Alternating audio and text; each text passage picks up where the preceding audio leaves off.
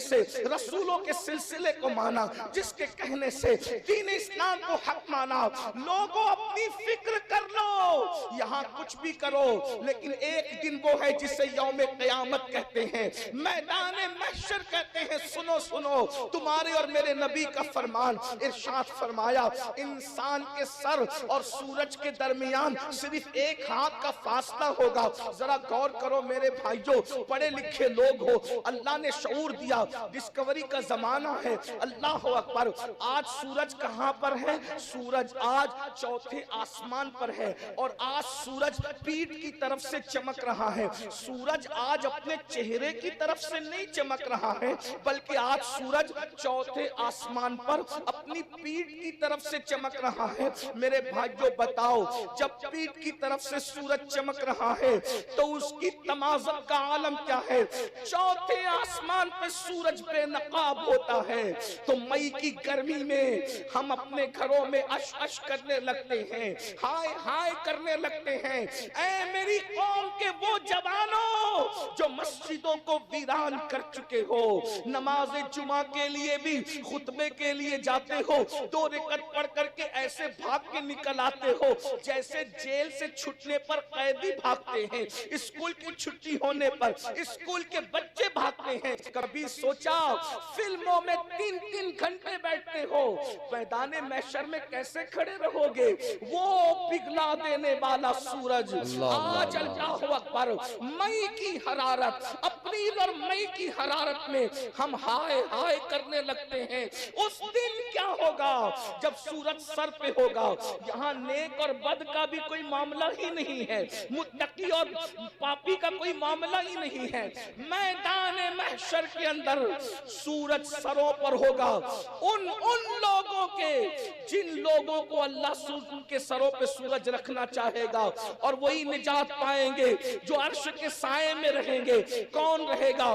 کوئی گارنٹی نہیں ہے، بڑی معذرت کے ساتھ کوئی ضروری نہیں ہے کہ منبر پہ بیٹھے ہوئے لوگ عرش کا سایہ پا جائیں، کوئی ضروری نہیں ہے کہ زمین پہ بیٹھے ہوئے لوگ عرش کا سایہ پا جائیں۔ یہ تو اس کی مرضی پر ہوگا، وہ کس کو عرش کا سایہ عطا کرے گا، یہ تو اس کی اپنی مرضی پر ہوگا، وہ کس کو سورج سے بچائے گا۔ لیکن ہمیں بھی تو کوشش کرنا چاہیے، دنیا دارالعمل ہے۔ آئیے میں جلدی جلدی اپنی بات پوری کروں۔ میرے بھائیوں، اتنا ہی نہیں، میرے اور تمہارے آقا مصطفیٰ کریم رؤوف الرحیم صلی اللہ علیہ وآلہ وسلم ارشاد فرماتے ہیں سورج سروں پر ہوگا، اور انسان کے پسینے کی کیفیت یہ ہوگی۔ چوتھے آسمان پر ہے تو مئی میں اور اپریل میں کتنا پسینہ نکلتا ہے، جب سورج سر پہ ہوگا تو کتنا پسینہ نکلے گا۔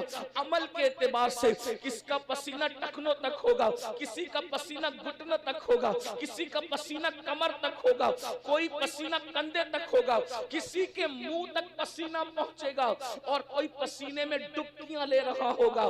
اور اس پسینے کی خصوصیت یہ ہوگی، جس کا پسینہ ہوگا اسی کے ساتھ ہوگا، وہ جہاں جہاں جائے گا پسینہ اس کے ساتھ ساتھ جائے گا۔ بازو والے کو پسینہ ٹچ نہیں کرے گا، یہ میرے اللہ کی قدرت ہے۔ سروں میں بھیجے کھولتے ہوں گے، ناک سے بہتے ہوں گے، یہ کیفیت ہوگی۔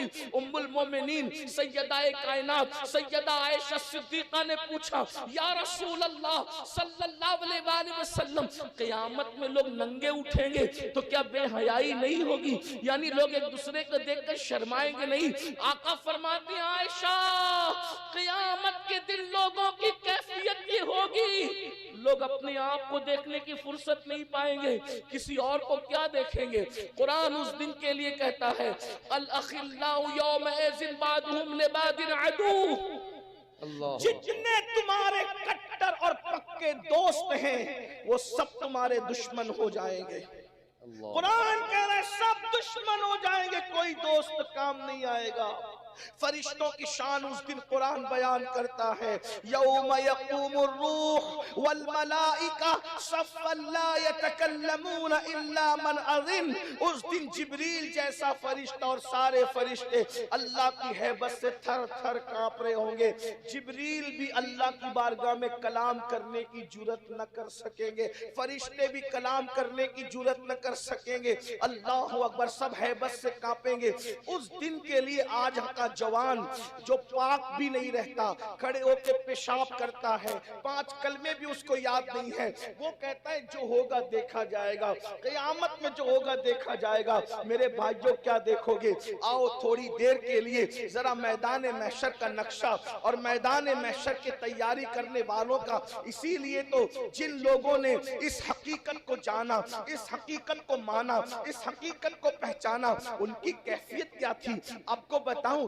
آج ہم قیامت میدان محشر کی کوئی تیاری نہیں کر رہے ہیں، آخرت کے دن کی کوئی تیاری نہیں کر رہے ہیں، اللہ کی بارگاہ میں کھڑے ہونے کی تیاری نہیں کر رہے ہیں۔ میرے بھائیوں، جو دولت محشر میں نہیں جانے والی، جو دولت قبر میں نہیں جانے والی، اس دولت کے لیے کمانے کے لیے کوئی دلی تک جا رہا ہے، کوئی بمبئی تک جا رہا ہے، کوئی کلکتہ تک جا رہا ہے، کوئی امریکہ، لندن اور سعودی تک جا رہا ہے۔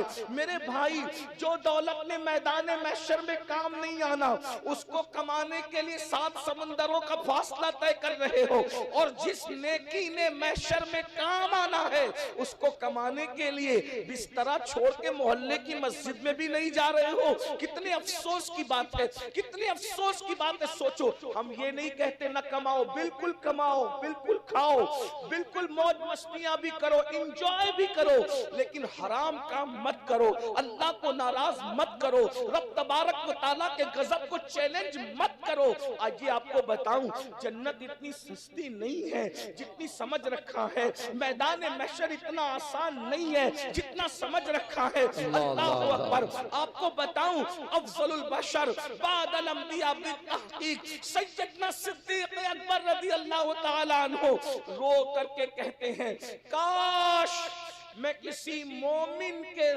سینے کا ایک بال ہوتا۔ اللہ کون کہہ رہا ہے؟ صدیق اکبر رضی اللہ تعالیٰ عنہ۔ ہم سنیوں کے عقیدے میں جیسے جنت کا ہونا یقینی ہے، ویسے صدیق اکبر کا جنتی ہونا یقینی ہے۔